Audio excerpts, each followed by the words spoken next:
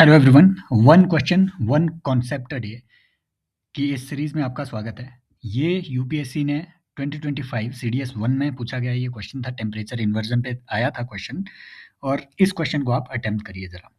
Question कहता है कि सरफेस इन्वर्जन ऑफ टेम्परेचर में से कौन सी स्टेटमेंट्स इनमें से करेक्ट है। और इस थीम से यूपीएससी ने बहुत बार पहले भी सवाल पूछे हुए हैं, ठीक है, जिनको मैंने यहाँ पे अलग से ऐड नहीं किया है, लेकिन सरफेस इन्वर्जन ऑफ टेम्परेचर या फिर टेम्परेचर इन्वर्जन से बार बार सवाल आते रहते हैं। पहली स्टेटमेंट कहती है it causes instability in the lower layers of atmosphere. दूसरी स्टेटमेंट कहती है कि inversion commonly last for a few hours until the sun comes up. तो आप मुझे कमेंट सेक्शन में बताएंगे कि इसका आंसर आपके हिसाब से क्या होना चाहिए। लास्ट में मैं तो आपको बताऊंगा ही। देखिए, टेम्परेचर इन्वर्जन को स्टडी करते हैं, बहुत कम टाइम में हम यहाँ पे टेम्परेचर इन्वर्जन को काफ़ी अच्छे तरीके से स्टडी करेंगे। टेम्परेचर इन्वर्जन का मतलब क्या होता है? टेम्परेचर इन्वर्जन का मतलब है कि नॉर्मली देखो, पहली बात कि जब हम टेम्परेचर इन्वर्जन की बात कर रहे हैं तो हम ट्रोपोस्फियर, अर्थ की सबसे निचली जो परत है ना, ट्रोपोस्फियर, ट्रोपोस्फियर की बात कर रहे हैं। टीएसएमटीई में जो ट्रोपोस्फियर है उसकी बात कर रहे हैं। ये आपका अर्थ का गोला हो गया, ये ट्रोपोस्फियर हुआ। नॉर्मली ट्रोपोस्फियर में आपको कैसी कंडीशन मिलती है? Normal condition. नॉर्मल कंडीशन ये मिलती है कि नीचे की हवा थोड़ी वार्म होगी, नीचे की हवा थोड़ी वार्म होगी, ऊपर जाते-जाते वो कोल्ड होती रहेगी, ठीक है? नॉर्मल कंडीशन यही है। नॉर्मल लैप्स रेट हम जिसे कहते हैं, नॉर्मल लैप्स रेट, आप मुझे कमेंट सेक्शन में बताएँगे नॉर्मल लैप्स रेट ट्रोपोस्फियर में क्या होता है? तो नॉर्मल लैप्स रेट की वजह से ठंड जैसे-जैसे आप ऊपर बढ़ेंगे, है ना? ट्रोपोस्फियर में, तो हवा ठंडी होती जाएगी, ये है नॉर्मल सर्कमस्टांस। टेम्परेचर इन्वर्जन में उल्टा हो जाएगा। जो सरफेस की हवा है, सरफेस की हवा ठंडी होगी और ऊपर जाते-जाते आपको गर्म हवा देखने को मिलेगी as compare to your surface की एयर।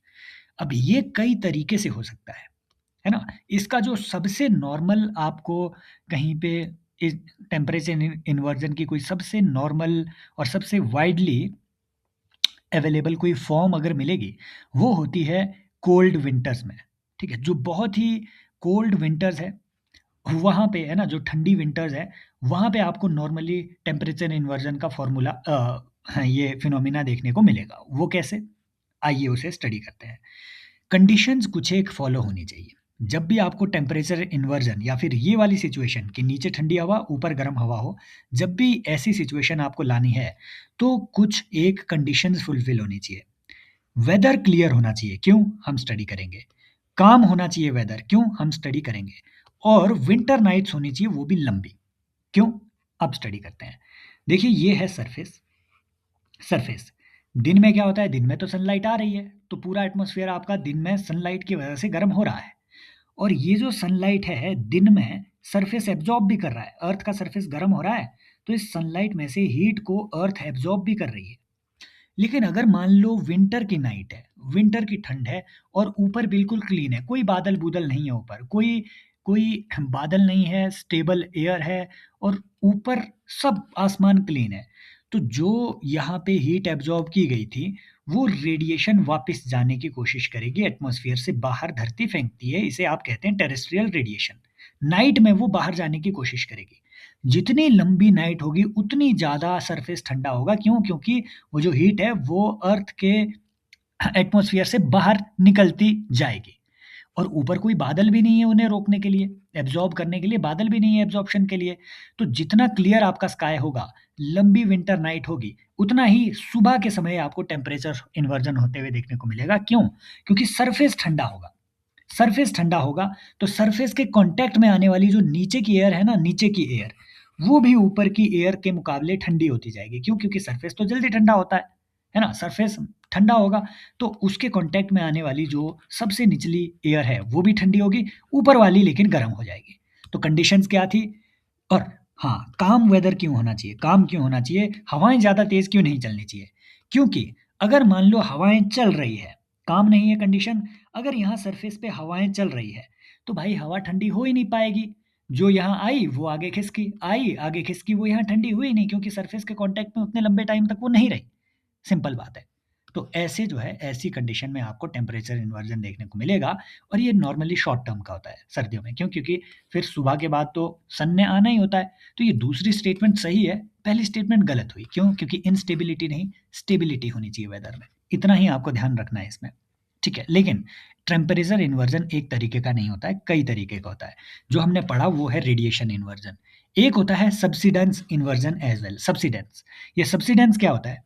जैसे आपने सेल पढ़ रखे होंगे, है ना? ये 0 डिग्री है, इक्वेटर है, यहाँ से आपका जाता है हेडले सेल, है ना? फिर आपका आता है फेरल सेल।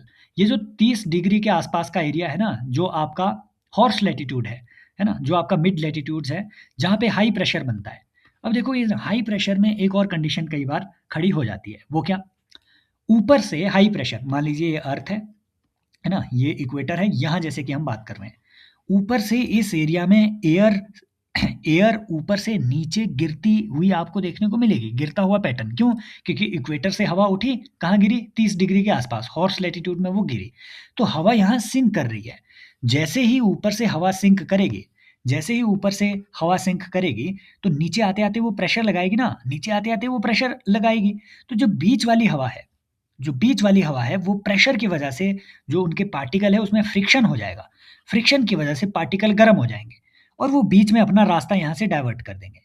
तो जो सरफेस वाली एयर है, जो सरफेस से वाली एयर है, वो कंपैरेटिवली आपकी ठंडी रहेगी।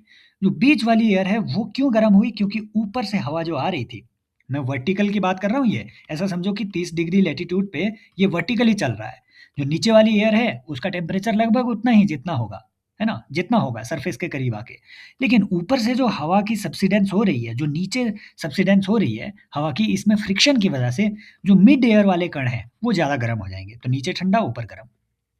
फ्रंटल इन्वर्जन भी होता है। फ्रंटल इन्वर्जन कैसे? मान लो कोल्ड एयर है, कोल्ड एयर तो भारी होगी तो वो ऊपर उठेगी क्या? नहीं। कोल्ड एयर अगर रन कर रही है और सामने आपकी है गरम एयर, तो गरम एयर हल्की होगी तो हल्की चीज़ ऊपर उठ जाएगी। तो गरम एयर ऊपर उठ गई, कोल्ड फ्रंट इधर से आ रहा है, गरम फ्रंट इधर से आ रहा है, गरम फ्रंट ऊपर उठ गया, कोल्ड फ्रंट नीचे रह गया। तो टेम्परेचर इन्वर्जन हो गया, कोल्ड नीचे, गरम ऊपर। एडवेक्शन इन्वर्जन, एडवेक्शन इन्वर्जन क्या होता है? जैसे आपने देखा होगा सर्दियों में, नॉर्मली सर्दियों में, जैसे इंडिया का ये पेनिनसुलर एरिया है, तो भैया जो ओशन है ये तो आराम-आराम से ठंडे होते हैं। सर्दियों में भी ये गर्म होता है, इनका टेम्परेचर लगभग 20 डिग्री सेल्सियस के आसपास ओशन का टेम्परेचर रहता है, सी सरफेस टेम्परेचर। तो यहाँ की हवा 20 डिग्री सेल्सियस के आसपास हो गई। लेकिन यहाँ तो ठंडी है हवा, और जैसे ही ओशन से धरती की तरफ हवा चलेगी, है ना? सरफेस की तरफ चलेगी, तो भैया वो हवा यहाँ इससे टकरा के ऊपर उठ जाएगी। तो पेनिनसुलर हवा ठंडी थी और ये हवा ऊपर उठ गई, ओशन की हवा ऊपर उठ गई और ये इस तरीके से एडवेक्शन, मतलब ये हॉरिजॉन्टली यहाँ चलना शुरू हो गई। इसे हम कहते हैं एडवेक्शन इन्वर्जन। एडवेक्शनली जब हवा आपकी चल रही है, हॉरिजॉन्टली हवा चल रही है, ऊपर गर्म हवा, नीचे ठंडी हवा। अगला वैली इंटरमोंटेन इन्वर्जन। वैलीज़ में क्या होता है? मान लीजिए ये एक पहाड़ है, ये वैली है, ये नीचे की जगह ये वैली है ना? सनलाइट यहाँ दिन में पड़ रही है, तो ये हवा यहाँ से गर्म हो जा रही है। दिन में सनलाइट पड़ रही है, सन के करीब ज़्यादा कौन है? चोटी, चोटी सन के करीब है ना, तो चोटी गर्म हो जाएगी। तो दिन में क्या है कि नीचे से ऊपर की तरफ ठंडी हवा आएगी, चोटी की तरफ दिन में ठंडी हवा चलनी शुरू हो जाएगी। क्यों? क्योंकि चोटी गर्म है, यहाँ की हवा ऊपर उठ गई, यहाँ लो प्रेशर बन गया, लो प्रेशर की तरफ नीचे से ऊपर की तरफ हवा आएगी। पर शाम होते-होते ये जो नीचे की आपकी वैली है, ये भी गर्म हो जाएगी। शाम होते-होते ये गर्म हो जाएगी, यहाँ के गर्म हवा के कण ऊपर उठेंगे, नीचे खाली हो गया स्पेस, तो ऊपर से शाम को क्या होगा? ऊपर से ठंडी हवा, चोटी से ठंडी हवा फिर नीचे सिंक करेगी। इसीलिए आप देखेंगे रात में यहाँ वैली में बहुत ठंड होती है, नीचे वैली में ठंड होगी, ऊपर गर्मी होगी। इसी को आप कहते हैं वैली या फिर इंटरमोंटेन इन्वर्जन। अब ये जो इन्वर्जन ऑफ रेनफॉल है, ये क्या चीज़ है? आप मुझे कमेंट सेक्शन में बताएँगे। Thank you so much, take care, bye bye. ऐसे ही इंटरेस्टिंग कॉन्सेप्ट के लिए फॉलो कीजिए ओनली पीवाईक्यू चैनल और civilspot.in पे जाके हमारा कॉम्प्रिहेंसिव पीवाईक्यू रिसर्च प्रोग्राम आप जॉइन कर सकते हैं। ऐसे ही, है ना? ऐसे ही क्वेश्चन को तोड़-तोड़ के उसमें कॉन्सेप्ट की रिसर्च की गई है।